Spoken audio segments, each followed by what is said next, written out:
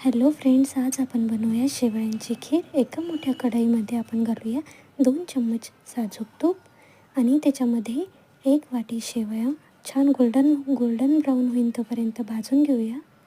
आणि 1 छोटा चम्मच रवा घालून भाजून घेऊया.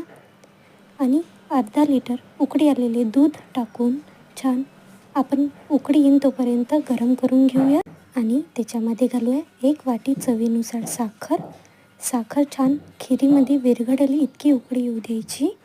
आणि मंद आचेवर थोडीशी आपण खीर उकळू देऊ.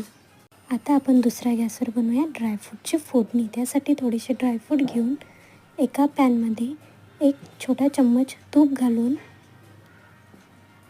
त्याच्यामध्ये टाकूया 1 छोटा चम्मच इलायची पावडर, 1 छोटा चम्मच जायफळ पावडर आणि ड्रायफ्रूट छान गोल्डन ब्राऊन होईन तोपर्यंत भाजून घेऊया. आणि उकळत्या खिरीमध्ये आपण ड्रायफ्रूट घालूया. थोडीशी केसर टाकून आपण खीर थोड्या वेळ उकळून घेऊया. त्यांनी कसं छान सुगंध आणि कलर येतो. खीर एकदम टेस्टी बनते. बघा, बनली आपली गुढीपाडवा स्पेशल शेवयाची खीर. आणि छान